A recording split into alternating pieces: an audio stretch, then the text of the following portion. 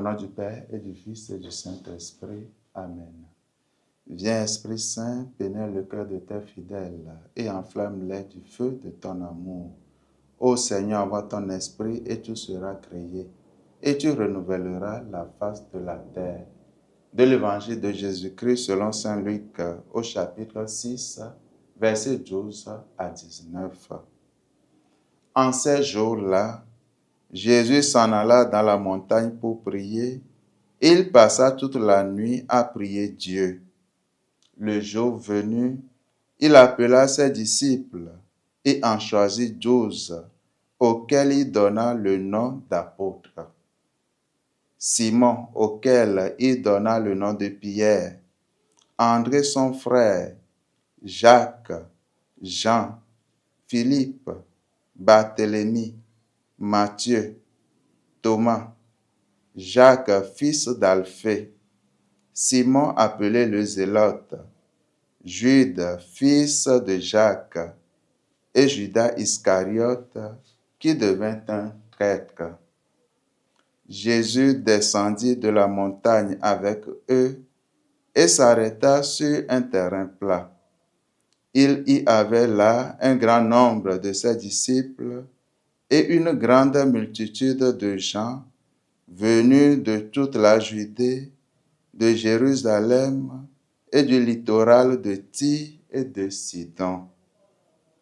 Ils étaient venus l'entendre et se faire guérir de leur maladie.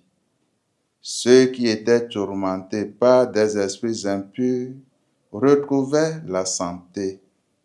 Et toute la foule cherchait à le toucher parce qu'une force sortait de lui et les guérissait tous. Acclamons la parole de Dieu.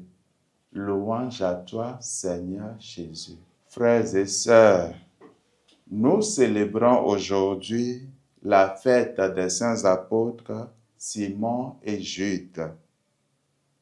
Nous les célébrons ensemble parce qu'ils ont connu ensemble le martyre. Ils étaient très différents l'un de l'autre, mais en même temps complémentaires.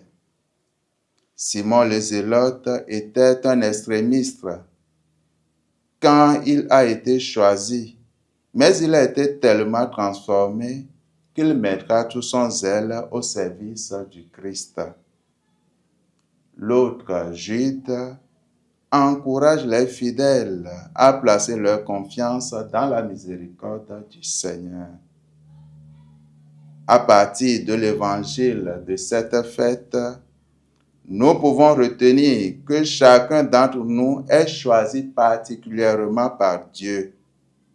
Chaque personne est choisie pour ce qu'elle est, pour ce qu'elle a accompli dans la prière et dans l'œuvre de Jésus.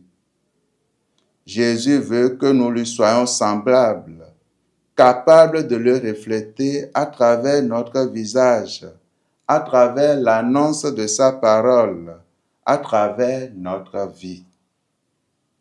C'est notre personne que Jésus choisit. Il nous guérit pour que sa vie transparaisse à travers nous. Celui qui nous voit devrait voir Jésus. Il doit voir le rayonnement de l'amour infini de Dieu. Alors, le monde pourra comprendre à quel point il est aimé de Dieu. Que l'enseignement de ces apôtres nous obtienne la grâce de parvenir un jour à la sainteté. Amen. Que Dieu Tout-Puissant vous bénisse, lui qui est Père et Fils et Saint-Esprit. Amen.